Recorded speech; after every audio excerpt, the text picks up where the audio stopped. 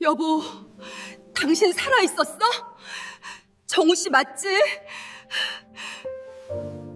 여보, 당신 살아있었어?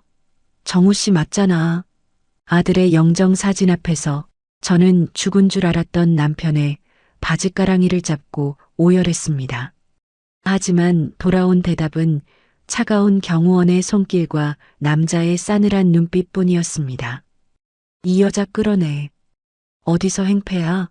10년 전 교통사고로 뼈 한 줌 못 찾고 장례를 치렀던 내 남편. 그 남편이 대한민국 1위 기업의 후계자가 되어 그것도 내 아들의 조문객으로 나타났습니다. 똑같은 얼굴, 똑같은 흉터, 심지어 그 특유의 걸음걸이까지. 모든 것이 내 남편인데 세상은 그를 재벌 3세라고 부릅니다. 도대체 지난 10년 동안 무슨 일이 있었던 걸까요? 거대 재벌가가 숨겨온 추악한 비밀과 기억을 잃은 남편을 되찾기 위한 한 여자의 목숨건 사투. 안녕하세요, 사연TV 가족 여러분. 오늘도 저희 채널을 찾아주셔서 감사합니다. 여러분들은 지금 어느 곳에서 이 영상을 보고 계시나요?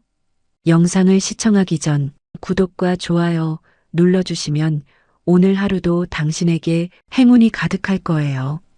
오늘의 사연 시작합니다. 서울 강남 한복판에 위치한 대형 장례식장 특실에는 무거운 침묵만이 감돌았습니다. 단상 위에는 교통사고로 25회 짧은 생을 마감한 아들 김민수의 영정사진이 하얀 국화꽃 속에 파묻혀 있었죠. 상주인 수연이는 검은 상복을 입은 채 넋이 나간 사람처럼 조문객들을 맞이하고 있었어요. 수연이의 거칠어진 손 안에는 낡은 은색 목걸이 하나가 끊어질 듯 꽉 쥐어져 있었습니다. 그것은 10년 전 남편이 실종되던 날 아들의 15번째 생일을 축하하며 걸어주었던 마지막 선물이었거든요.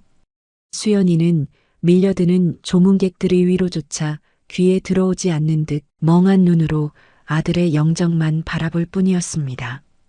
오후 3시 장례식장 입구 쪽에서 갑자기 웅성거리는 소리가 들려왔습니다. 검은 정장을 입은 수십 명의 경호원들이 도열하며 길을 텄고 그 사이로 위풍당당한 체구의 남자가 걸어 들어왔죠. 국내 굴지의 대기업 강씨그룹의 후계자이자 수천억 자산가로 알려진 강민호 전무였습니다. 장례식장 안의 공기가 순식간에 바뀌며 사람들의 시선이 모두 그에게 쏠렸습니다. 강민호는 주위의 시선 따위는 익숙하다는 듯 무표정한 얼굴로 영정 앞에 섰어요. 향을 피우고 절을 하는 그의 동작은 절도 있고 기품이 넘쳤습니다.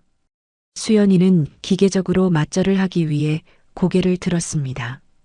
그리고 눈앞의 남자를 확인하는 순간 심장이 멎는 듯한 충격에 숨을 들이켰습니다.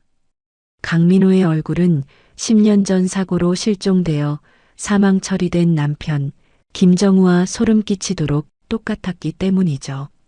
수연이는 자신의 눈을 의심하며 떨리는 손으로 입을 틀어막았습니다. 짙은 눈썹, 오뚝한 코, 다부진 인매까지 세월의 흔적이 조금 묻어날 뿐 영락없는 남편의 모습이었습니다. 강민호가 수연이에게 다가와 정중하게 고개를 숙이며 말했습니다. 상심이 크시겠습니다. 고인인 김민수 군은 우리 재단의 장학생이자 아주 우수한 인턴 사원이었습니다. 인재를 잃어 안타까운 마음에 직접 찾아왔습니다.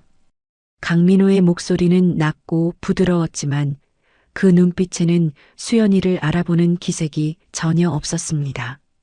마치 처음 보는 낯선 사람을 대하는 듯한 건조한 눈빛이었죠. 수연이는 혼란스러운 머릿속을 정리할 겨를도 없이 본능적으로 몸을 일으켰습니다. 가까이서 본 강민호의 오른쪽 눈썹 위에는 남편 정우에게만 있었던 미세한 긁힌 흉터가 선명하게 남아 있었거든요. 수연이가 비틀거리며 강민호의 소매를 덥석 붙잡고 외쳤습니다. 여보, 당신 당신 살아있었어? 정우 씨 맞지? 갑작스러운 돌발 행동에 주위 사람들이 놀라 수군거렸고 대기하고 있던 경호원들이 즉시 달려들었습니다. 경호원 하나가 수연이의 팔을 거칠게 떼어내며 소리쳤습니다. 이거 놓으십시오. 지금 뭐 하는 짓입니까? 수연이는 경호원들에게 밀쳐져 바닥으로 내동댕이 쳐졌습니다. 그때 수연이가 손에 꽉 쥐고 있던 낡은 은색 목걸이가 바닥으로 떨어지며 짤그랑 하고 맑은 소리를 냈습니다.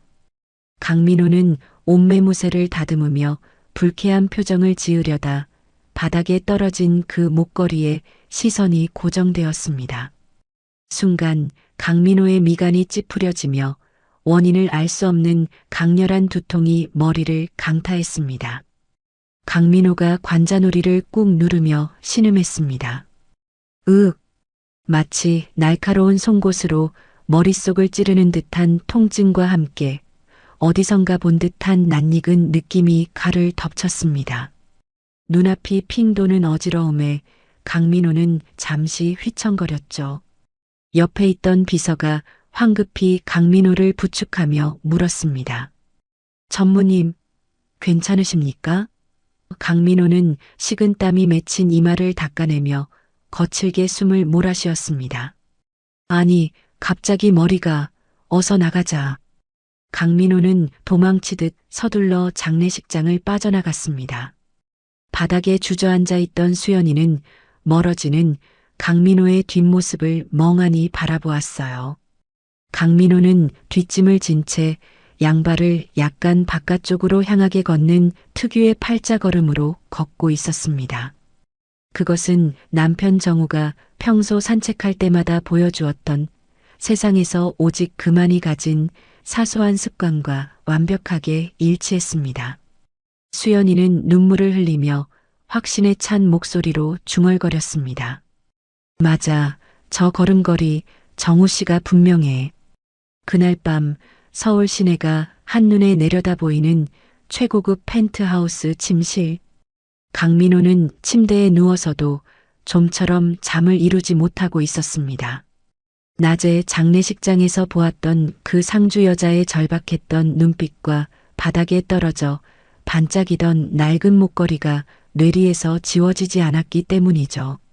눈을 감으면 마치 자신이 겪었던 일처럼 알 수 없는 잔상들이 스쳐 지나가 머리가 깨질 듯 아파왔습니다. 강민호가 침대 옆 협탁에 놓인 진통제를 입안에 털어넣으며 혼잣말을 했습니다. 도대체 그 여자는 뭐고 그 목걸이는 왜 이렇게 눈에 밟히는 거지? 약 기운이 퍼지기를 기다리며 강민호는 천장을 멍하니 응시했습니다. 아무리 기억을 더듬어 봐도 10년 전 사고 이전의 기억은 하얀 백지처럼 비어있을 뿐이었죠.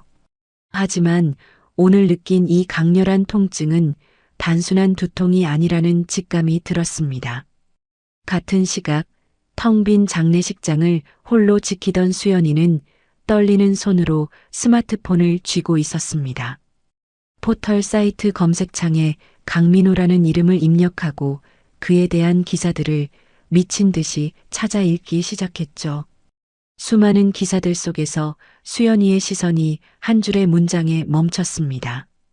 강씨 그룹의 숨겨진 후계자 강민호, 10년 전 해외 요양 후 전격 귀국해 경영 수업 시작. 수연이의 눈동자가 심하게 흔들렸습니다. 강민호가 세상의 모습을 드러낸 그 시점은 남편 정우가 교통사고로 실종된 바로 그 시기와 정확히 겹치고 있었습니다. 이것은 단순한 우연이라기엔 너무나 절묘한 타이밍이었습니다. 새벽이 밝아올 때까지 수연이는 남편의 손때가 묻은 낡은 다이어리와 바닥에서 다시 주워온 은색 목걸이를 품에 안고 소리 죽여 울었습니다. 아들을 잃은 슬픔은 여전히 가슴을 후벼 팠지만 죽은 줄 알았던 남편이 살아있을지도 모른다는 희망과 의욕이 그녀를 일으켜 세웠습니다.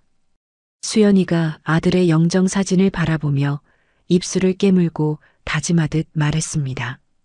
민수야, 엄마가 꼭 밝혀낼게. 저 사람은 분명 내 아빠야. 엄마가 반드시 아빠를 찾아서 데려올게. 수연이의 눈빛은 더 이상 슬픔에 잠겨 있는 약한 여인이 아니었습니다. 진실을 향한 서슬퍼런 집념이 그녀의 눈 속에서 타오르고 있었습니다.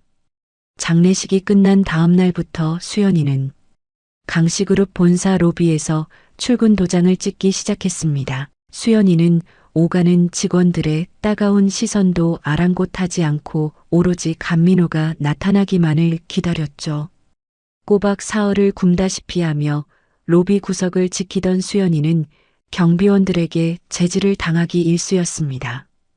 경비원 2명이 수연이의 양팔을 붙잡고 거칠게 밖으로 끌어내려 했어요. 수연이는 바닥에 주저앉아 신발이 벗겨지는 것도 모른 채 버둥거리며 소리쳤습니다. 나 안 나가요. 강민호 전무님 좀 만나게 해줘요. 제발 한 번만 얼굴 좀 보게 해달라고요. 경비원들이 난처한 표정으로 수연이를 로비 밖으로 밀어내려는 찰나 회전문이 돌아가며 수행원들을 대동한 강민호가 들어왔습니다. 강민호는 로비에서 벌어지는 소란에 미간을 찌푸리며 걸음을 멈췄습니다. 수연이는 강민호를 보자마자 경비원의 손을 뿌리치고 그에게 달려가려 했지만 다시 가로막히고 말았죠. 수연이가 울음 섞인 목소리로 절규하듯 외쳤습니다. 여보, 제발 내 말 좀 들어봐요. 나야 수연이라고. 당신 아내 수연이. 그 처절한 외침이 강민호의 귓가에 꽂히는 순간 강민호는 심장이 쿵하고 내려앉는 듯한 묵직한 통증을 느꼈습니다. 강민호는 자신도 모르게 가슴을 움켜쥐며 수연이를 바라보았고 그 눈빛이 너무나 애처로워 차마 발길이 떨어지지 않았습니다. 강민호가 경비원들에게 손짓하며 낮게 말했습니다. 그만하세요. 시끄러우니까 일단 내 방으로 데려오세요. 잠시 후 강민호의 집무실 소파에 마주 앉은 두 사람 사이에는 숨막히는 정적이 흘렀습니다. 수연이는 떨리는 손으로 가방에서 낡은 앨범과 사진 뭉치를 꺼내 탁자 위에 펼쳐 놓았죠.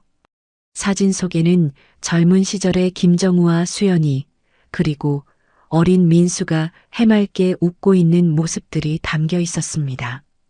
수연이가 사진 한 장을 강민호 앞으로 밀며 말했습니다. 이것 봐요. 이게 당신하고 나 그리고 우리 민수예요. 당신이 정말 강민호라면 이 사진 속 남자는 도대체 누구란 말이에요? 강민호는 사진 속 남자를 뚫어지게 바라보았습니다. 자신과 똑같이 생긴 남자가 낯선 여자와 아이를 안고 있는 모습에 강민호의 동공이 심하게 흔들렸습니다. 하지만 강민호는 애써 냉정함을 유지하며 고개를 저었죠. 세상에 닮은 사람은 많습니다. 나는 강태웅 회장의 아들 강민호입니다. 10년 전 사고로 기억을 좀 잃었을 뿐이지 당신 남편은 아닙니다. 강민호의 차가운 거절에도 수연이는 물러서지 않았습니다. 수연이는 강민호의 눈을 똑바로 쳐다보며 그가 가진 은밀한 버릇들을 하나씩 말하기 시작했거든요. 아니요, 당신은 내 남편 김정우가 맞아요. 당신은 거짓말을 하거나 긴장하면 무의식적으로 왼쪽 4번째 손가락을 톡톡 두드리는 버릇이 있어요. 그리고 오이 알레르기가 있어서 식당에 가면 오이 냄새만 맡아도 재채기를 하잖아요.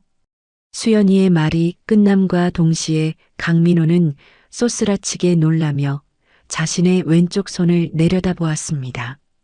방금 전까지 자신이 무릎 위에서 왼쪽 약지를 톡톡 두드리고 있었다는 사실을 깨달았기 때문입니다. 강민호의 등줄기로 식은땀이 흘러내렸습니다.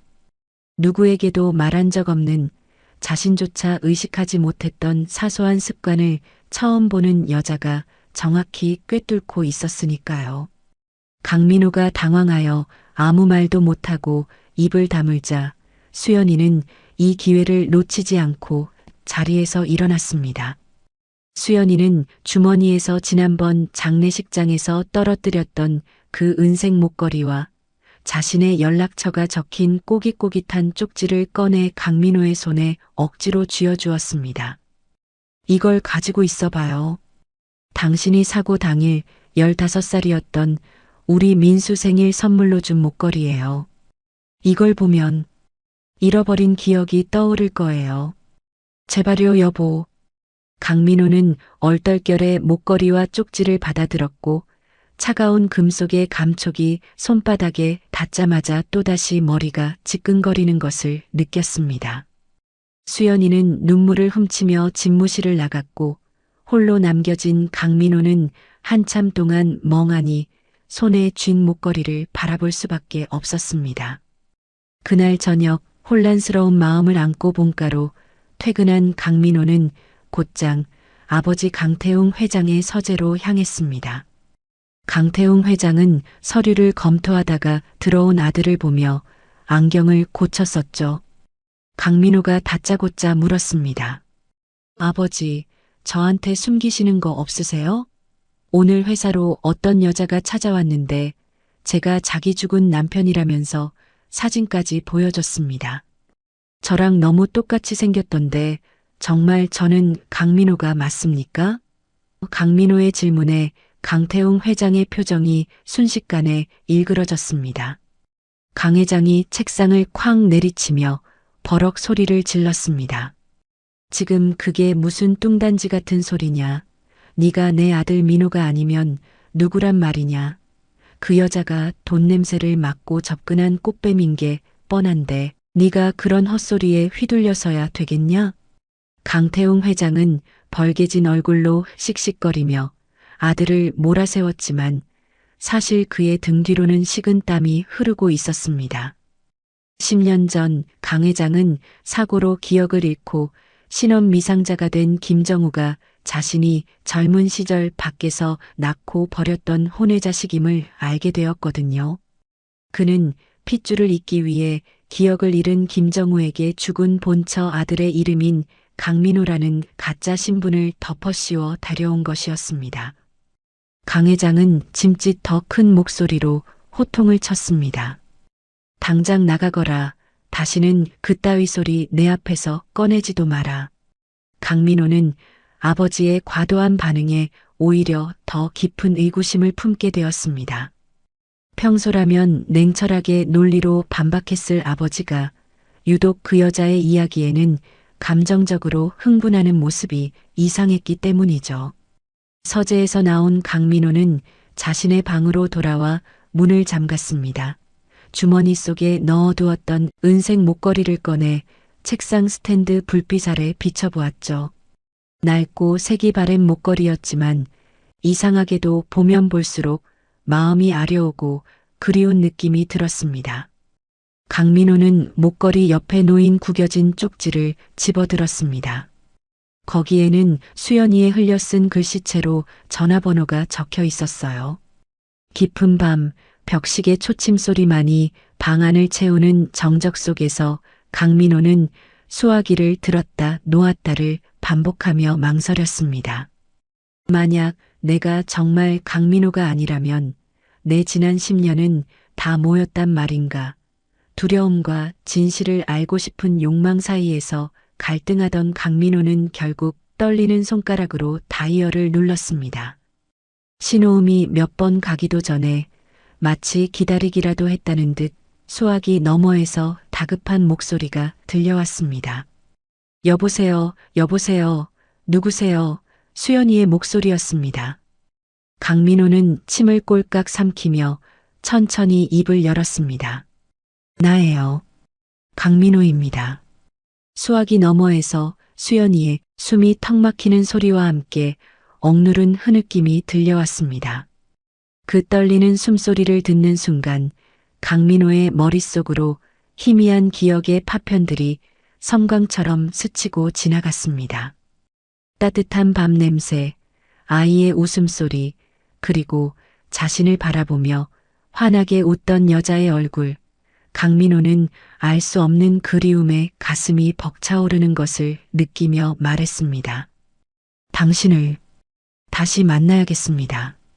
일주일 후 서울 강남의 한 고급 일식집 가장 안쪽 밀실에서 강민호와 수연이는 비밀리에 다시 마주 앉았습니다.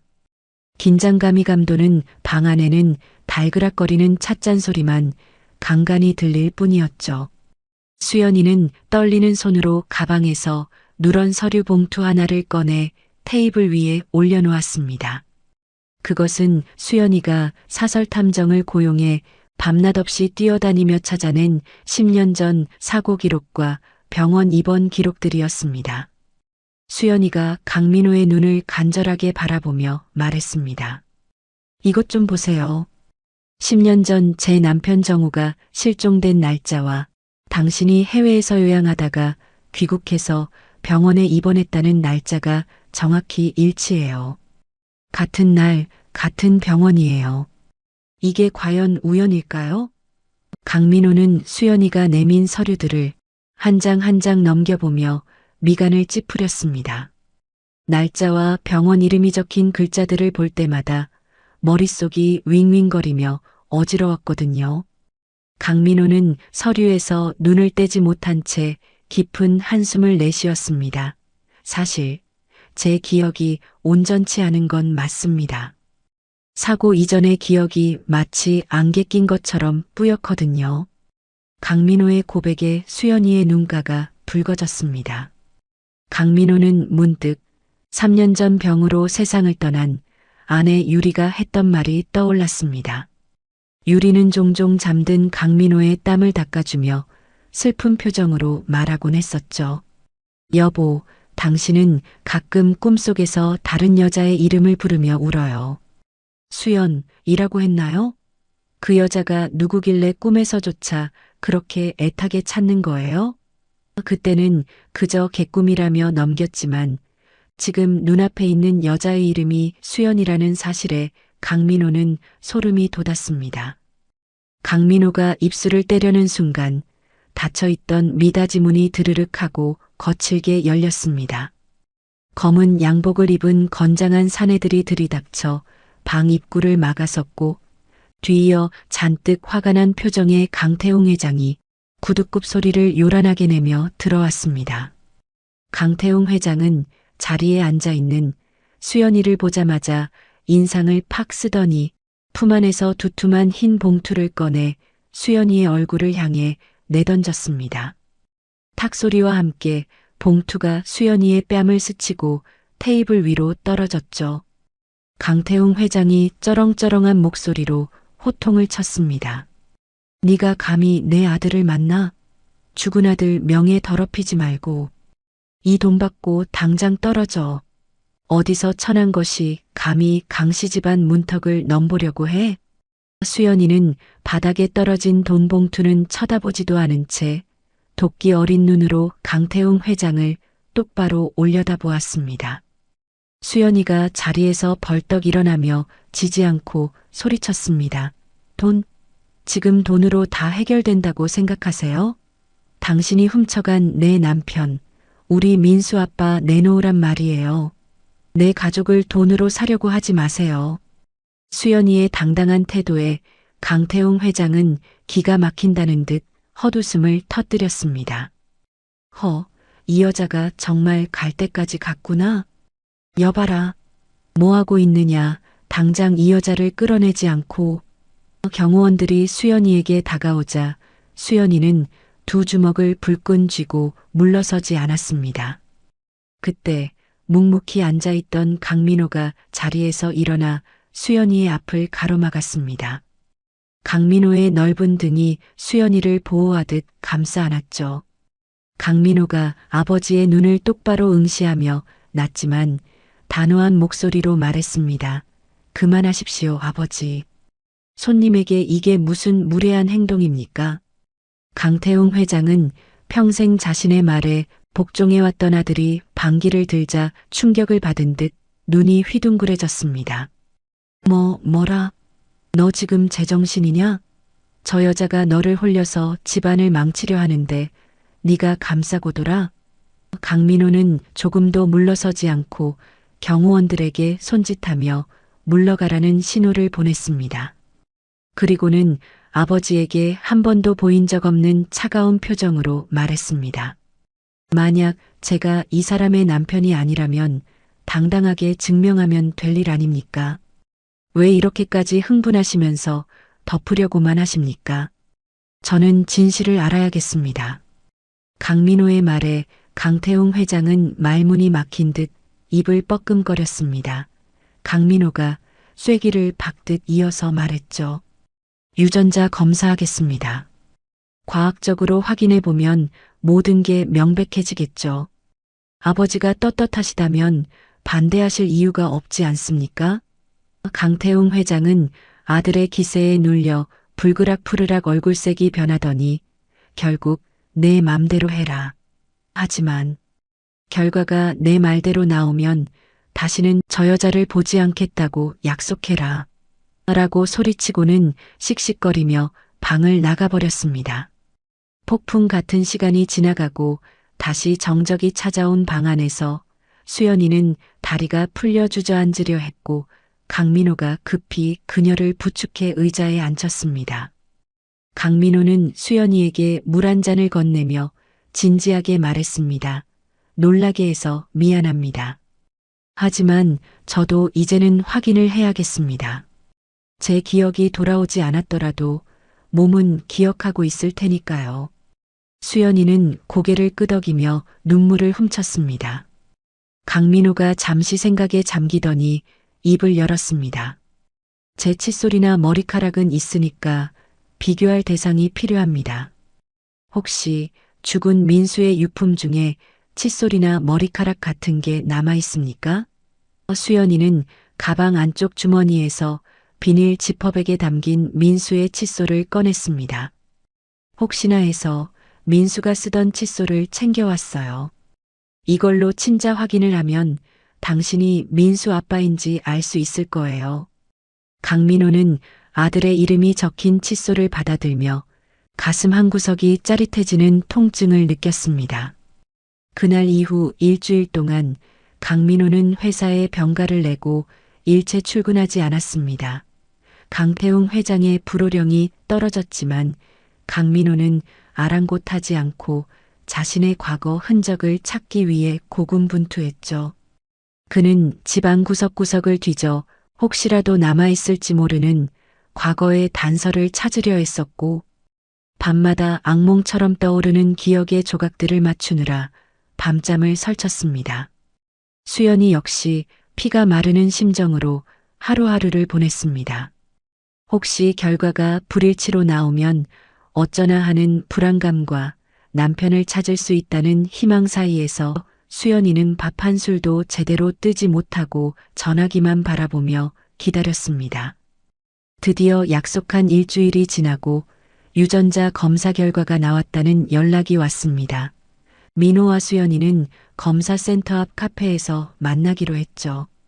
카페에 도착한 수연이의 얼굴은 며칠 새 반쪽이 되어 있었고 강민호 역시 수염이 거뭇하게 자라 초췌한 모습이었습니다.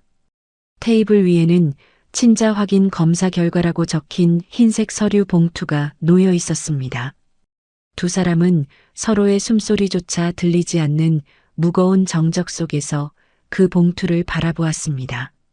마치 판도라의 상자처럼 저 봉투를 열면 돌이킬 수 없는 운명의 소용돌이가 몰아칠 것임을 직감했기 때문이죠. 강민호가 마른 침을 삼키며 수연이를 바라보았습니다. 수연 씨, 마음의 준비는 되셨습니까? 수연이는 말없이 고개를 끄덕이며 두 손을 모아 쥐었습니다. 강민호의 떨리는 손이 봉투의 입구를 잡았습니다. 찌익하고 봉투 뜯어지는 소리가 카페 안의 공기를 갈랐습니다. 강민호는 조심스럽게 서류를 꺼내 펼쳤습니다. 복잡한 숫자들과 용어들이 나열된 종이의 맨 아래쪽 최종 판정란을 확인하는 순간 강민호의 눈동자가 정지했습니다. 수연이도 숨을 죽이고 강민호의 시선을 따라 종이를 들여다보았습니다. 그곳에는 붉은색 글씨로 선명하게 적혀 있었습니다. 친부자관계 성립 확률 99.9%. 강민호와 수연이는 동시에 서로의 얼굴을 쳐다보았고 그들의 눈에서 굵은 눈물방울이 툭 하고 떨어졌습니다. 유전자 검사 결과지에 선명하게 찍힌 99.9%라는 숫자를 확인한 순간 강민호는 다리에 힘이 풀려 그 자리에 주저앉고 말았습니다. 마치 머릿속을 꽉 막고 있던 거대한 댐이 와르르 무너져 내리는 것 같았거든요. 10년 전 사고 당시의 굉음과 타이어 타는 냄새, 그리고 자신을 기다리고 있을 아내와 아들의 얼굴이 파도처럼 밀려들어와 강민호를 집어삼켰습니다. 강민호가 머리를 감싸쥐며 고통스러운 신음을 토해냈습니다. 으악! 짧은 비명과 함께 그의 눈빛이 흔들리더니 이내 10년 전 정우의 눈빛으로 돌아왔습니다. 강민호, 아니 정우가 떨리는 손으로 수연이의 어깨를 잡으며 울먹였습니다.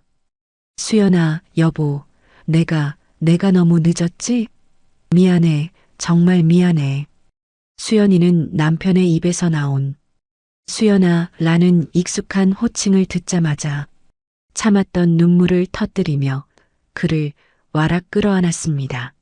수연이는 남편의 가슴을 주먹으로 팡팡 치며 오열했습니다. 나쁜 사람, 어떻게 이제야 와요? 내가 얼마나 기다렸는데, 우리 민수가 얼마나 아빠를 찾았는데.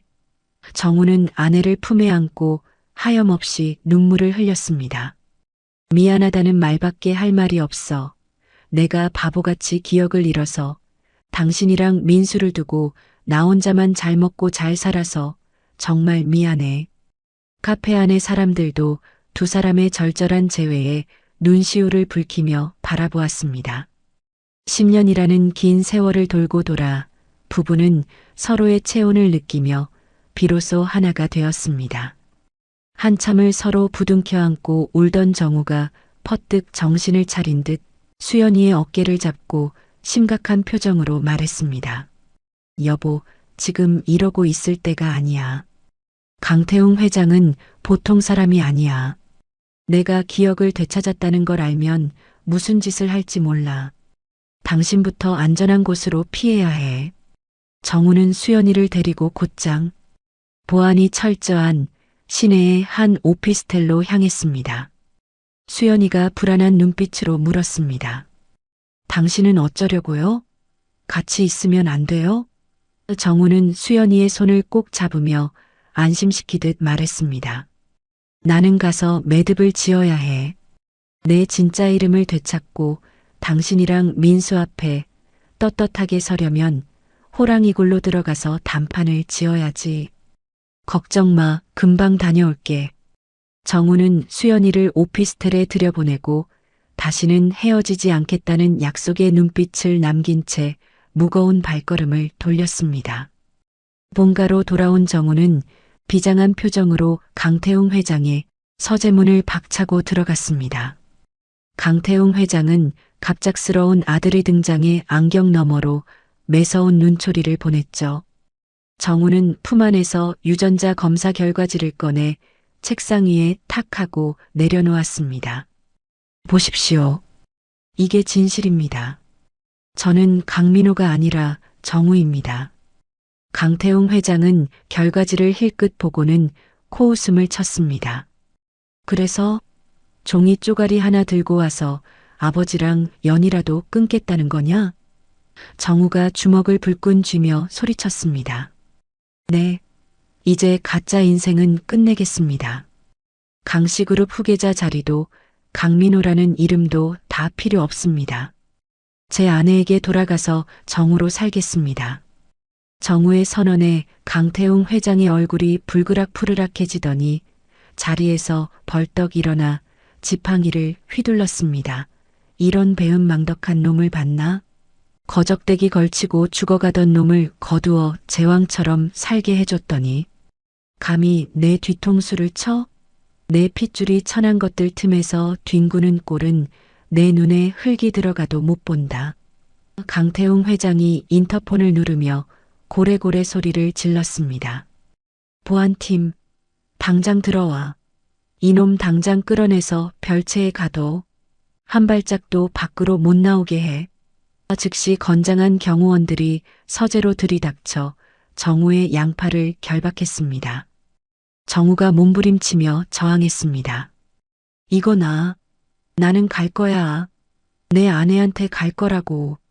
하지만 수적 열쇠에 밀린 정우는 질질 끌려나갈 수밖에 없었습니다. 정우는 저택 뒤편에 있는 창살 없는 감옥 별채에 갇히고 말았습니다. 경호원들은 정우의 스마트폰과 지갑을 모두 빼앗고 무거운 철문을 굳게 잠가버렸죠. 문 열란 말이야. 정우가 문을 두드리며 목이 터져라 소리쳤지만 밖에서는 묵묵부답인 경호원들의 그림자만 어른거릴 뿐이었습니다. 탈출구를 찾기 위해 창문을 흔들어 보고 의자로 내리쳐봐도 방탄유리로 된 창문은 끄떡도 하지 않았습니다. 정우는 바닥에 주저앉아 거친 숨을 몰아쉬었습니다. 주머니에 손을 넣자 수연이가 쥐어주었던 낡은 은색 목걸이가 만져졌습니다. 정우는 목걸이를 꺼내 심장 부근에 갖다 대며 흐느꼈습니다. 수연아, 조금만 기다려. 내가 반드시 나갈게. 절망감과 분노가 뒤섞인 밤, 정우는 뜬 눈으로 밤을 지새우며 탈출할 기회만을 노렸습니다. 한편 오피스텔에 홀로 남겨진 수연이는 불안감에 시달리고 있었습니다. 금방 다녀온다던 남편은 밤이 깊도록 돌아오지 않았고 전화를 걸어도 전원이 꺼져 있다는 안내 음성만 반복될 뿐이었죠. 창밖에는 비가 추적추적 내리기 시작했고 수연이의 가슴속은 까맣게 타들어갔습니다. 혹시 무슨 일이 생긴 건 아닐까? 강 회장이 해코지라도 한 건 아닐까? 온갖 불길한 상상이 꼬리에 꼬리를 물자 수연이의 위장이 뒤틀리는 듯한 고통이 찾아왔습니다. 며칠째 제대로 먹지도 자지도 못한 데다 극심한 스트레스까지 겹친 탓이었죠. 수연이는 배를 움켜쥐고 식은땀을 흘리며 방바닥을 뒹굴었습니다.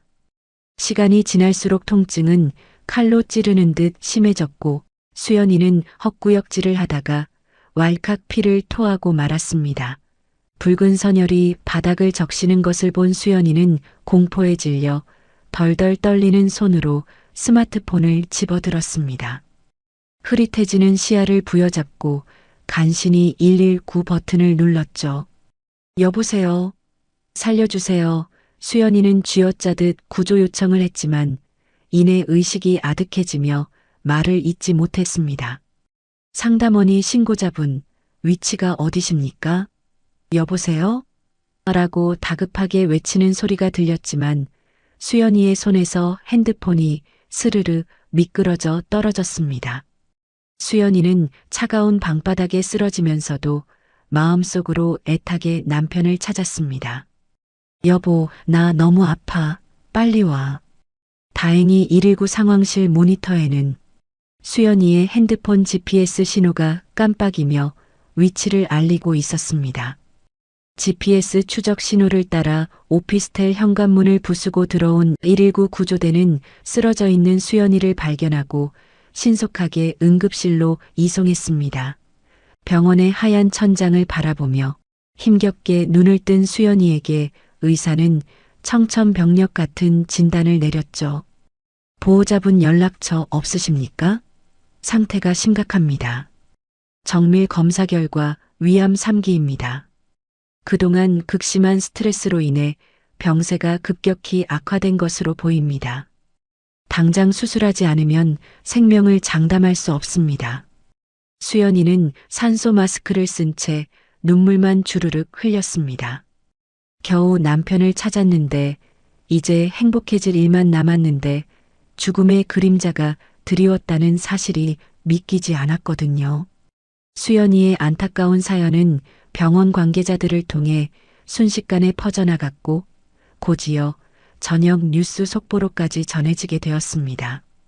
같은 시각 외부와 단절된 채 별채에 감금되어 있던 정우는 가정부가 저녁 식사를 차려주러 들어오며 무심코 틀어놓은 거실 TV 소리에 귀를 기울였습니다. 뉴스 앵커의 다급한 목소리가 흘러나왔죠. 오늘 오후 10년 만에 남편을 찾았다는 사연으로 화제가 되었던 박수연 씨가 위암말기 판정을 받고 위독한 상태로 응급실에 실려갔다는 안타까운 소식입니다. 정우는 밥그릇을 들던 손을 멈추고 멍하니 화면을 응시했습니다.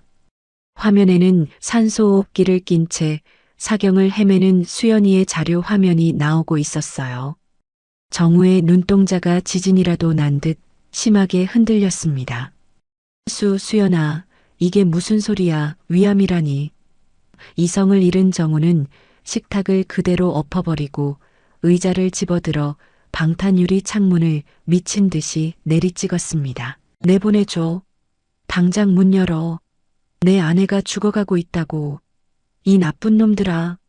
정우가 피 맺힌 목소리로 절규하며 현관문을 발로 차고 주먹으로 두드렸지만 문은 꿈쩍도 하지 않았습니다. 정우는 거실 구석에 설치된 CCTV를 향해 손가락질하며 고래고래 소리를 질렀습니다. 아버지, 보고 있는 거 다 압니다. 제발 저 좀 내보내주세요. 수연이한테 가야 합니다. 사람이 죽어가는데 어떻게 이러실 수가 있습니까? 정우의 처절한 외침이 별채 안에 메아리쳤지만 돌아오는 것은 차가운 침묵뿐이었습니다. 본체 서재에서 모니터로 이 광경을 지켜보던 강태웅 회장은 혀를 쯧쯧하며 인터폰을 눌렀습니다. 시끄러우니까 조용히 좀 시켜라. 그리고 밥은 주지 마. 배가 고파야 정신을 차리지. 저 여자가 죽으면 차라리 잘된 일이야. 민호놈도 딴 생각 안 하고 회사 일에만 전념하겠지. 강태웅 회장의 비정함에 정우는 치를 떨며 그 자리에서 단식 투쟁을 시작했습니다. 물 한 모금 마시지 않고 며칠을 버티던 정우는 점점 탈진해갔고 퀭한 눈으로 벽에 기대어 수연이의 이름만 부르며 죽어가고 있었습니다. 정우가 거의 실신 직전 상태에 이르렀을 때였습니다. 밖에서 경호원들의 목소리가 들려왔죠. 아가씨, 회장님 허락 없이는 아무도 들어갈 수 없습니다. 뒤이어 앙칼지지만 기품 있는 여자의 목소리가 들렸습니다. 비키세요. 오늘이 우리 언니 기일인 거 몰라요? 형부한테 제사 음식이라도 챙겨드리려고 온 건데 사돈댁 사람을 이렇게 문전박대해도 되는 거예요? 내가 회장님께 직접 말씀드려야겠어요? 잠시 후 웅성거리는 소리가 잦아들더니 철커덕하고 굳게 닫혀있던 별채의 현관문이 열렸습니다. 들어온 사람은 3년 전 죽은 아내 유리의 여동생 처제였습니다. 그녀는 양손에 커다란 찬압을 들고 있었지만 표정은 비장해 보였습니다. 처제는 바닥에 쓰러져 있는 정우를 발견하고 화들짝 놀라 달려왔습니다. 형부, 세상에 이게 무슨 꼴이에요? 처제는 정우를 부축해 일으키며 눈물을 글썽였습니다. 정우가 힘없는 목소리로 물었습니다. 처제, 여긴 어떻게 왔어? 처제는 주위를 살피더니 품 안에서 낡은 일기장과 최신형 스마트폰을 꺼내 정우 이 손에 쥐어주었습니다. 시간이 없어요. 경호원들이 눈치채기 전에 빨리요. 이건 언니가 죽기 전에 남긴 일기장이에요. 언니는 형부가 언젠가 기억을 찾으면 꼭 가족에게 돌려보내달라고 유언을 남겼어요. 이게 언니의 마지막 부탁이에요. 정우는 떨리는 손으로 유리의 일기장을 펼쳤습니다. 여보, 당신이 이 글을 읽을 때쯤이면 진짜 가족을 기억해냈겠죠? 당신을 사랑해서 진실을 숨겼던 나를 용서해요. 하지만 이제는 돌아가요. 당신을 기다리는 그 사람에게 아내의 진심이 담긴 글을 읽은 정우의 눈에서 뜨거운 눈물이 뚝뚝 떨어졌습니다. 정우는 입술을 깨물며 마음을 다잡았습니다. 지금은 슬퍼하고 있을 시간조차 없었으니까요. 정우는 처제가 건네준 스마트폰의 전원을 켜고 곧장 SNS 앱을 실행했습니다. 그리고 라이브 방송 버튼을 눌렀습니다. 화면이 켜지자마자 수만 명의 접속자가 순식간에 들어왔습니다. 정우는 헝클어진 머리와 헬쑥한 얼굴을 그대로 드러낸 채 카메라를 응시하며 입을 열었습니다. 국민 여러분, 도와주십시오. 저는 강씨그룹 전무 강민호가 아닙니다. 저는 10년 전 실종되었던 김정우입니다. 정우는 카메라를 돌려 쇠창살 없는 감옥 같은 별채 내부와 창밖을 지키고 있는 경호원들의 모습을 실시간으로 보여주었습니다. 지금 저는 제 친아버지인 강태웅 회장에 의해 이곳에 불법 감금되어 있습니다. 며칠째 물 한 모금 마시지 못하고 생명의 위협을 느끼고 있습니다. 채팅창에는 충격에 빠진 사람들의 댓글이 폭포수처럼 올라왔습니다. 정우는 울먹이며 절규했습니다. 지금 제 아내 박수연이가 위암으로 병원에서 사경을 헤매고 있습니다. 아버지는 제가 아내에게 가는 것을 막기 위해 저를 가두고 굶겨 죽이려 합니다. 제발 저를 여기서 꺼내주세요. 아내에게 가서 마지막이라도 지킬 수 있게 도와주세요. 정우의 처절한 폭로는 삽시간에 인터넷을 강타했고 방송을 보던 시민들이 앞다투어 경찰과 소방서에 신고 전화를 걸기 시작했습니다. 강씨 회장 저택에 사람이 감금돼서 죽어가요. 빨리 좀 가주세요. 얼마 지나지 않아 밖에서 요란한 사이렌 소리가 들려왔습니다. 신고가 빗발치자 경찰과 소방당국은 이를 생명이 위급한 긴급 구조 상황으로 판단하고 강씨 저택으로 출동한 것이었죠. 경호원들이 막아서려 했지만 경찰은 긴급 군한 상황입니다. 비키지 않으면 공무집행 방해로 체포하겠습니다. 라고 경고하며 강제로 진입을 시도했습니다. 우지끈하는 소리와 함께 별채의 현관문이 뜯겨나갔고 제복을 입은 구조대원들이 들이닥쳤습니다. 정우는 구조대원의 부축을 받으며 비틀비틀 밖으로 걸어 나왔습니다. 쏟아지는 카메라 플래시 세례 속에서 정우는 핏기 없는 입술로 중얼거렸습니다. 병원으로 가야 해요. 수연이한테. 경찰은 즉시 순찰차에 정우를 태우고 사이렌을 울리며 수연이가 있는 병원을 향해 질주했습니다. 요란한 사이렌 소리와 함께 병원 응급실 입구에 경찰차가 멈춰 섰습니다. 차 문이 열리기가 무섭게 정우는 헝클어진 머리와 초췌한 몰골로 뛰쳐나왔습니다. 뒤따르던 경찰관들이 그를 제지할 새도 없이 정우는 안내 데스크를 향해 달려가며 고래고래 소리를 질렀습니다. 박수연 환자 어디 있습니까? 제 아내 어디 있냐고요? 간호사가 알려준 병실 호수를 확인하자마자 정우는 엘리베이터도 기다리지 못하고 비상구계단을 미친 듯이 뛰어 올라갔습니다. 숨이 턱끝까지 차오르고 다리가 후들거렸지만 10년 만에 겨우 만난 아내가 사경을 헤매고 있다는 생각에 멈출 수가 없었거든요. 벌컥 문을 열고 들어선 특실 안에는 각종 의료기계들이 삑삑거리는 기계음을 내고 있었고 그 가운데 산소호흡기에 의지한 채 잠들어 있는 수연이가 보였습니다. 정우는 침대 곁으로 다가가 무너지듯 주저앉았습니다. 며칠 사이 반쪽이 되어버린 수연이의 얼굴은 백지장처럼 하얗게 질려 있었고 앙상하게 마른 손등에는 주사바늘 자국이 시퍼렇게 멍들어 있었습니다. 정우는 차갑게 식어버린 수연이의 손을 자신의 뺨에 갖다 대며 오열했습니다. 수연아, 여보, 내가 왔어. 정우가 왔어. 눈 좀 떠봐. 제발. 정우의 뜨거운 눈물이 수연이의 손등 위로 뚝뚝 떨어졌습니다. 정우의 울음소리가 닫혀있던 수연이의 의식을 깨운 것일까요? 수연이의 속눈썹이 파르르 떨리더니 힘겹게 눈꺼풀이 들어 올려졌습니다. 흐릿한 초점 속에서 남편의 얼굴을 확인한 수연이는 산소 마스크 안에서 희미한 미소를 지었습니다. 수연이는 링거가 꽂힌 손을 들어 떨리는 손길로 남편의 헝클어진 머리카락을 쓸어 넘겨주며 가쁜 숨을 몰아쉬었습니다. 여보, 당신 정말 살아 돌아왔네. 당신 얼굴 보니까 나 이제 죽어도 여한이 없어. 정우는 수연이의 손을 꽉 잡으며 고개를 세차게 저었습니다. 무슨 소리야? 죽긴 누가 죽어?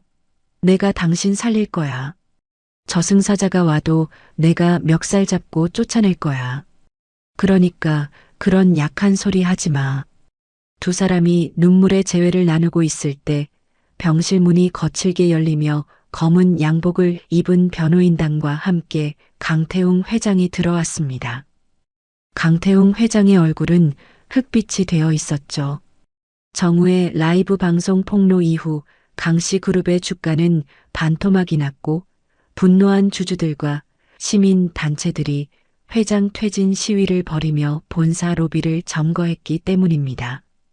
기업의 존폐가 걸린 절체절명의 위기 앞에서 천하의 강태웅 회장도 더 이상 버틸 재간이 없었던 것입니다. 강태웅 회장은 병상에 누운 수연이를 힐끔 쳐다보고는 정우의 팔을 잡아 끌었습니다. 얘기 좀 하자. 당장 방송 내리고 고소 취하해. 네가 원하는 대로 다 해줄 테니까 제발 좀 조용히 덮자. 이러다 회사 다 망하게 생겼다. 정우는 아버지의 손을 매몰차게 뿌리치며 싸늘한 눈빛으로 쏘아붙였습니다. 회사가 망하든 말든 저랑 무슨 상관입니까? 아버지는 며느리가 죽어가는 와중에도 회사 걱정뿐이시군요. 강태웅 회장이 입술을 바르르 떨며 애원하듯 말했습니다. 그래서 내가 직접 왔지 않느냐? 원하는 게 뭐냐? 돈, 집은 다 줄 테니 제발 살려다오. 정우는 잠시 숨을 고르더니 품 안에서 미리 준비해둔 서류 한 장을 꺼냈습니다. 그것은 상속 포기 각서였습니다. 정우가 단호한 목소리로 조건을 내걸었습니다. 저는 강씨 집안의 돈도 명예도 강민호라는 이름도 다 필요 없습니다. 이 각서에 지장을 찍어드릴 테니 대신 제 조건을 들어주십시오. 강태웅 회장이 침을 꼴깍 삼키며 물었습니다. 조건이 뭔데? 정우는 또박또박 말을 이었습니다. 첫째, 제 아내 박수연의 수술과 치료에 필요한 모든 비용을 지원하고 국내 최고의 의료진을 붙여주십시오. 둘째, 그동안 아내와 제가 겪은 정신적 고통과 불법 감금에 대한 피해 보상금을 지급하십시오. 셋째, 제 아들 김민수의 이름을 딴 자선재단을 설립할 수 있도록 자금을 출연하십시오. 이 세 가지입니다. 강태웅 회장은 생각보다 엄청난 액수의 보상금과 재단 설립 비용에 잠시 망설이는 듯 했지만 지금 찬밥 더운 밥 가릴 처지가 아니었습니다. 당장이라도 검찰이 들이닥칠 판이었으니까요. 알았다. 알았어. 네가 하자는 대로 다 할 테니 당장 합의서에 도장부터 찍자. 강태웅 회장은 떨리는 손으로 합의서에 서명했고 정우는 그제야 차갑게 돌아섰습니다. 협상이 타결되자마자 강씨 그룹의 막대한 자금력이 동원되었습니다. 병원장은 직접 내려와 수연이를 VVIP 특실로 옮겼고 국내에서 위암 수술의 1인자로 불리는 명의들이 긴급 소집되어 수술팀, 이른바 드림팀이 꾸려졌습니다. 수술 당일 아침, 이동 침대에 누운 수연이는 수술실로 향하고 있었습니다. 정우는 침대 옆을 바짝 따라 걸으며 수연이의 손을 놓지 않았죠. 수연이는 겁이 나는지 눈시울이 붉어져 있었습니다. 정우가 수연이의 이마에 입을 맞추며 부드럽게 속삭였습니다. 여보, 걱정하지 마. 잠깐 자고 일어나면 다 끝나 있을 거야. 이번엔 내가 밖에서 꼼짝 않고 기다릴게. 10년도 기다렸는데 몇 시간 기다리는 건 일도 아니야. 나 믿지? 수연이는 남편의 든든한 눈빛에 안도하며 고개를 끄덕였습니다. 응, 믿어. 금방 갔다 올게. 수술실의 육중한 문이 닫히고 수술 중이라는 붉은 램프에 불이 들어오자 정우는 문 앞에 주저앉아 두 손을 모았습니다. 정우는 품 안에서 아들 민수의 증명사진을 꺼내 들었습니다. 사진 속의 민수는 해맑게 웃고 있었죠. 정우는 사진을 가슴에 품고 간절히 기도했습니다. 민수야, 아빠가 왔다. 아빠가 너무 늦게 와서 미안해. 그러니까 제발 엄마 좀 지켜다오. 엄마까지 잘못되면 아빠는 정말 못 살아. 우리 가족 이제 좀 행복하게 살 수 있게 네가 하늘에서 도와주라.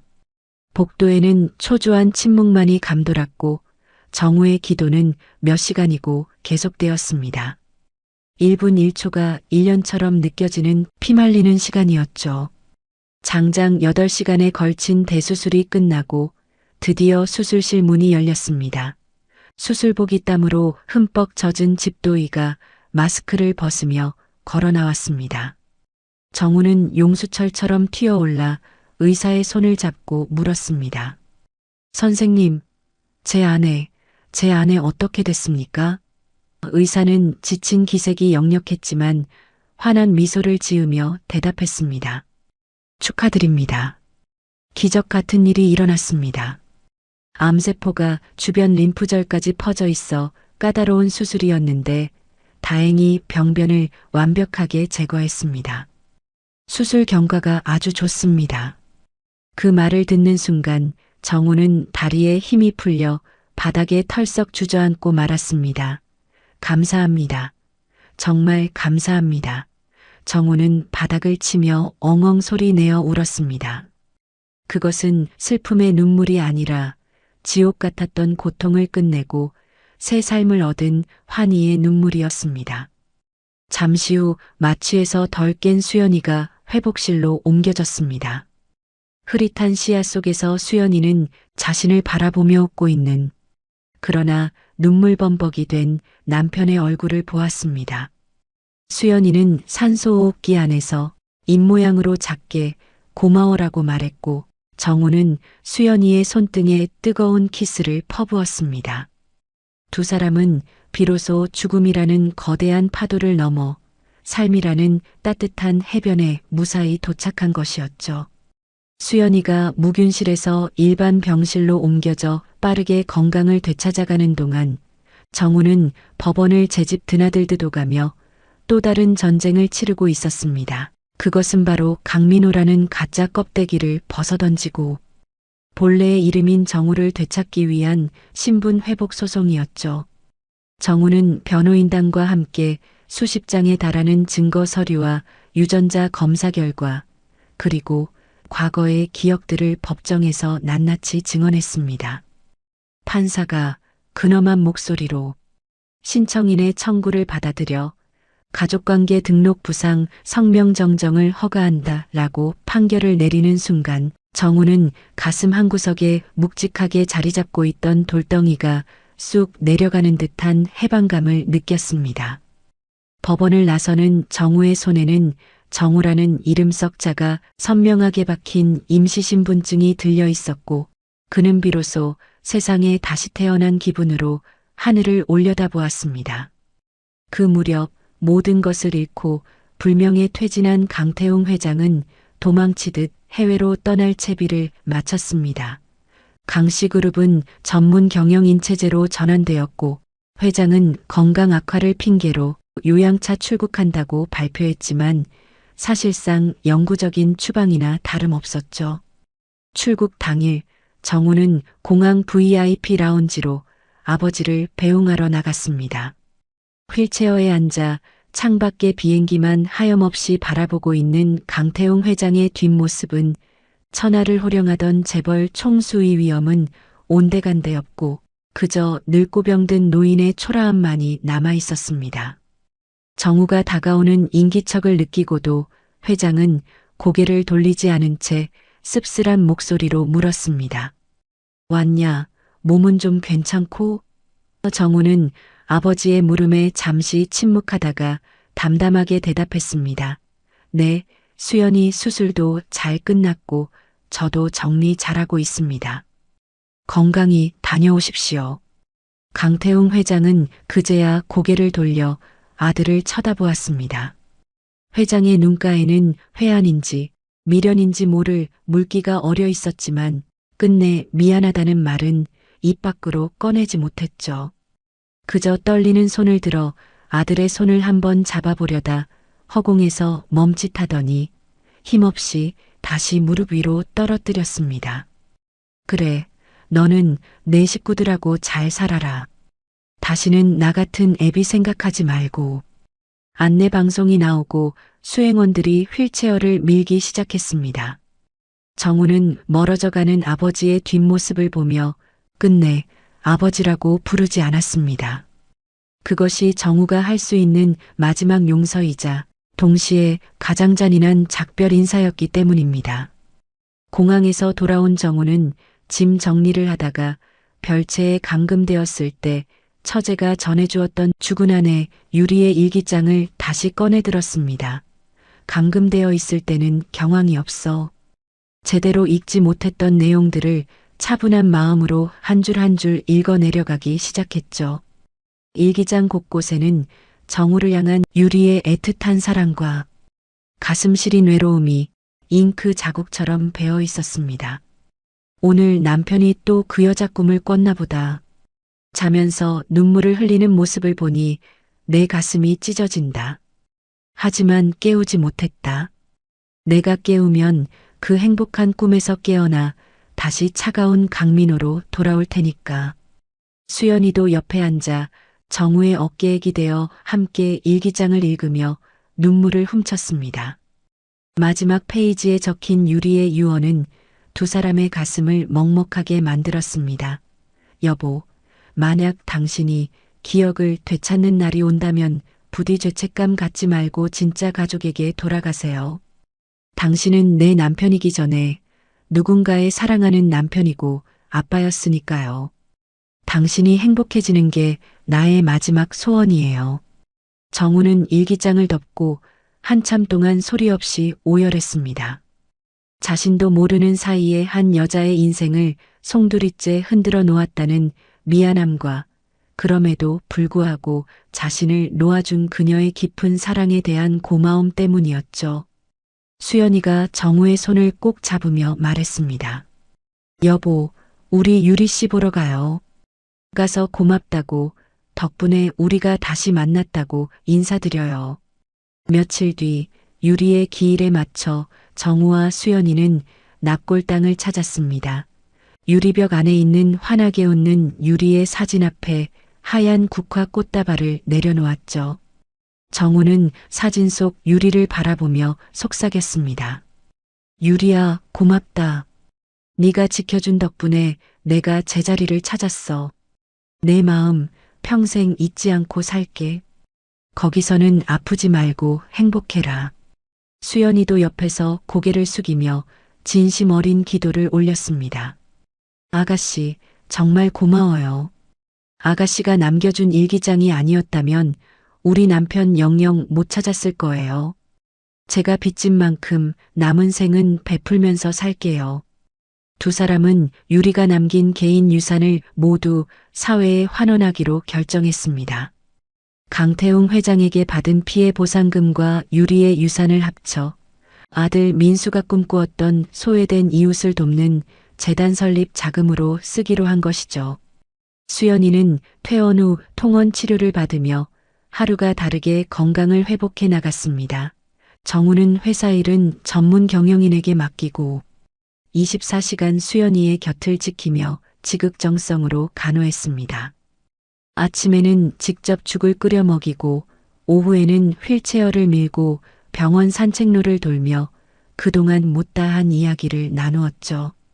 두 사람은 으리으리하지만 삭막했던 강씨 저택을 떠나 민수와의 추억이 고스란히 남아있는 옛 동네의 작은 주택으로 이사했습니다. 비록 집은 작아졌지만 그곳에는 돈으로 살 수 없는 따뜻한 온기가 가득했습니다. 정우는 낡은 대문을 페인트 칠하고 마당에 꽃을 심으며 평범한 가장으로서 누리는 소소한 행복에 감사했습니다. 어느덧 계절이 바뀌어 민수의 일주기가 돌아왔습니다. 1년 전 아들의 장례식장에서 남편을 처음 마주쳤던 그 운명의 날이 다시 찾아온 것이죠. 정우와 수연이는 검은 정장을 차려입고 아들이 잠들어 있는 추모공원을 찾았습니다. 비석에는 사랑하는 아들 김민수, 여기 잠들다라는 문구가 새겨져 있었고 그 앞에는 민수가 좋아하던 초콜릿과 꽃들이 놓여 있었습니다. 정우는 비석을 어루만지며 떨리는 목소리로 말했습니다. 민수야, 아빠 왔어. 작년에는 아빠가 너 못 알아봐서 정말 미안했다. 수연이가 정우의 팔짱을 끼며 비석을 향해 환하게 웃어 보였습니다. 민수야, 엄마 봐봐. 이제 엄마 건강해졌어. 그리고 옆에 아빠도 있잖아. 네가 아빠 잃어버리지 말라고 선물해줬던 그 목걸이 덕분에 아빠가 집으로 돌아올 수 있었어. 우리 아들이 하늘에서도 효자 노릇했네. 바람이 불어와 두 사람의 옷자락을 살며시 흔들었고 마치 민수가 대답이라도 하듯 나뭇잎들이 사르르 소리를 냈습니다. 정우는 하늘을 올려다보며 굳게 다짐했습니다. 아들아, 이제 아빠가 엄마 지킬게. 그리고 네가 못다 이룬 꿈, 아빠랑 엄마가 대신 이루면서 살게. 지켜봐 주라. 두 사람의 눈에는 더 이상 슬픔이 아닌 희망과 그리움이 반짝이고 있었습니다. 어느덧 매서운 추위가 물러가고 거리에 벚꽃망울이 터지는 따스한 봄날이 찾아왔습니다. 서울 도심 한복판에 새로 지어진 5층짜리 아담한 벽돌 건물의 입구는 이른 아침부터 몰려든 사람들로 발 디딜 틈이 없었죠. 건물 정면에는 민수희망재단 개소식이라고 적힌 커다란 현수막이 봄바람에 펄럭이고 있었습니다. 취재 열기 또한 뜨거웠는데 죽은 줄 알았던 재벌가 혼외자가 기억을 되찾고 가족의 품으로 돌아온 영화 같은 사연은 여전히 세간의 큰 관심사였기 때문입니다. 말끔한 감색 정장을 차려입은 정우는 넥타이를 매만지며 긴장한 표정으로 대기실 거울 앞에 서 있었습니다. 그때 대기실 문이 열리고 화사한 연분홍색 투피스를 입은 수연이가 들어왔습니다. 1년 전 병색이 완연했던 모습은 온데간데 없고 혈색 좋고 건강한 모습이었습니다. 수연이가 남편의 비뚤어진 넥타이를 고쳐매주며 환하게 웃었습니다. 여보, 뭘 그렇게 긴장하고 그래요? 당신답지 않게. 정우는 아내의 손을 잡고 멋쩍은 듯 웃어 보였습니다. 그러게 말이야. 수천 명 직원들 앞에서도 눈 하나 깜짝 안 했는데 오늘은 왜 이렇게 떨리는지 모르겠어. 아무래도 우리 민수 이름 걸고 하는 일이라 그런가 봐. 수연이는 정우의 가슴에 행거치프를 꽂아주며 든든하게 말했습니다. 걱정 말아요. 민수가 하늘에서 다 보고 있을 텐데 아빠가 멋지게 해내길 응원하고 있을 거예요. 자, 이제 나가요. 사람들이 기다려요. 두 사람은 서로의 손을 꼭 잡고 심호흡을 한 뒤 쏟아지는 플래시 세례를 받으며 행사장 단상 위로 올라갔습니다. 사회자의 소개와 함께 정우가 마이크 앞에 서자 장내가 순식간에 조용해졌습니다. 정우는 객석에 앉아있는 수많은 실종자 가족들과 후원자들을 천천히 둘러본 뒤 떨리지만 힘 있는 목소리로 입을 열었습니다. 안녕하십니까? 민수희망재단의 이사장을 맡은 김정우입니다. 여러분도 아시다시피 저는 10년 동안 제 이름도 가족도 잊은 채 타인의 삶을 살았습니다.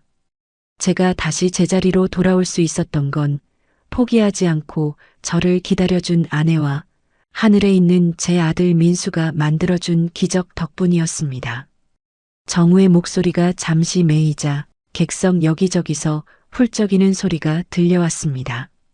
정우는 눈시울을 붉히며 말을 이었습니다. 저희 재단은 저처럼 기억을 잃고 가족과 헤어진 분들을 찾아드리는 기적 찾기 프로젝트를 시작하려 합니다. 제가 겪은 이 기적이 이제는 여러분의 삶에도 일어날 수 있도록 제 모든 것을 바치겠습니다. 정우의 진심 어린 연설이 끝나자 우레와 같은 박수갈채가 쏟아졌습니다.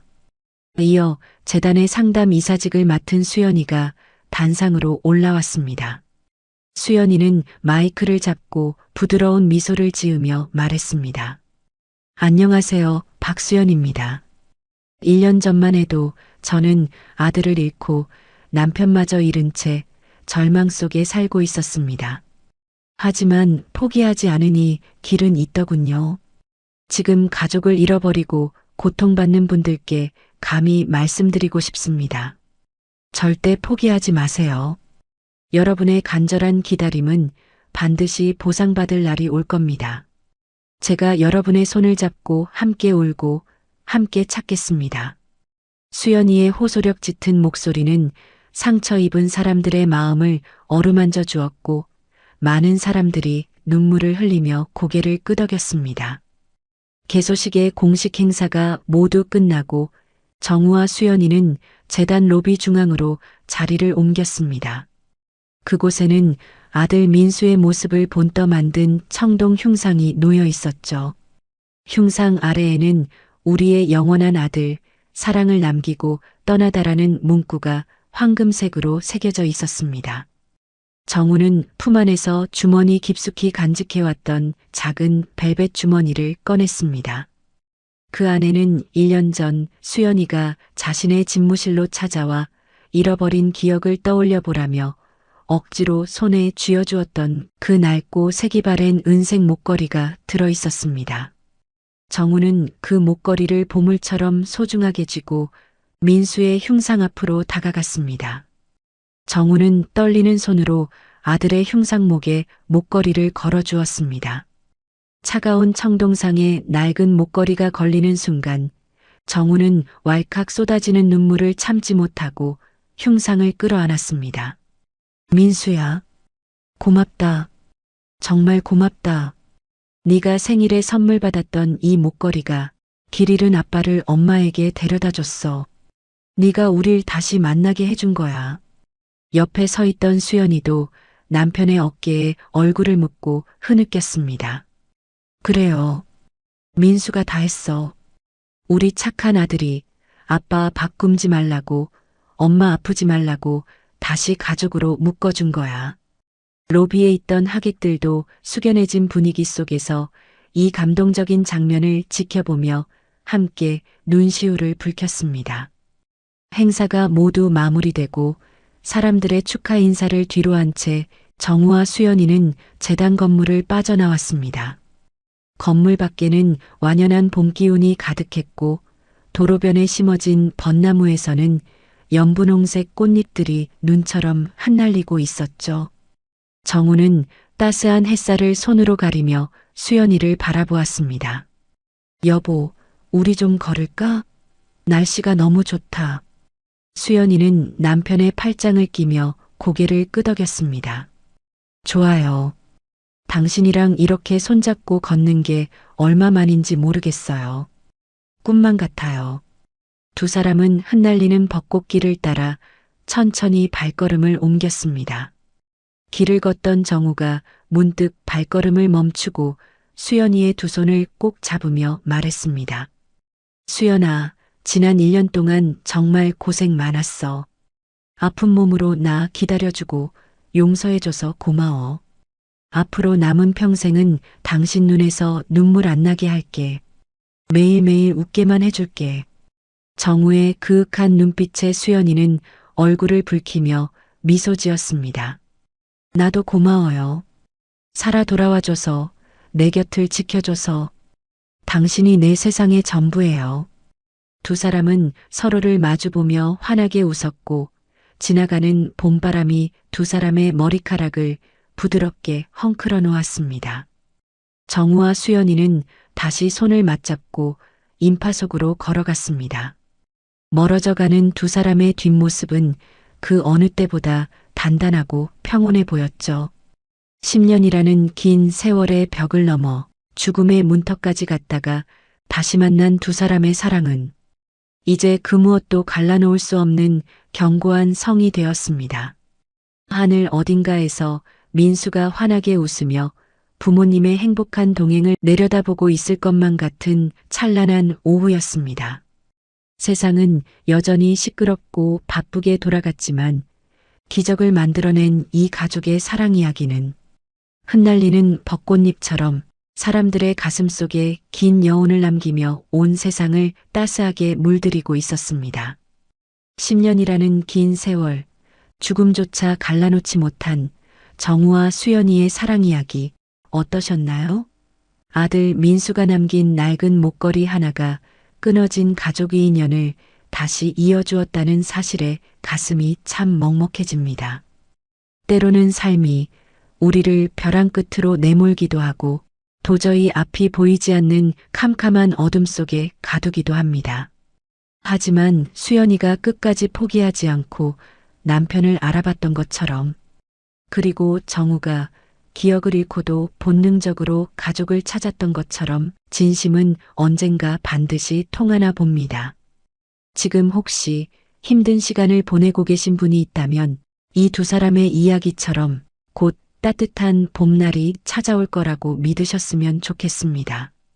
흩날리는 벚꽃잎 사이로 환하게 웃던 두 사람의 미소가 우리 구독자님들의 삶에도 피어나기를 진심으로 응원하겠습니다. 가족이라는 이름의 기적, 그 따뜻한 온기가 여러분 곁에도 늘 머물기를 바랍니다. 이야기를 끝까지 들어주신 분이 계시다면 잘 들었다고 댓글 하나만 남겨주세요. 사연TV는 오늘 하루도 여러분의 마음에 사랑과 행복이 가득하길 바랍니다. 감사합니다.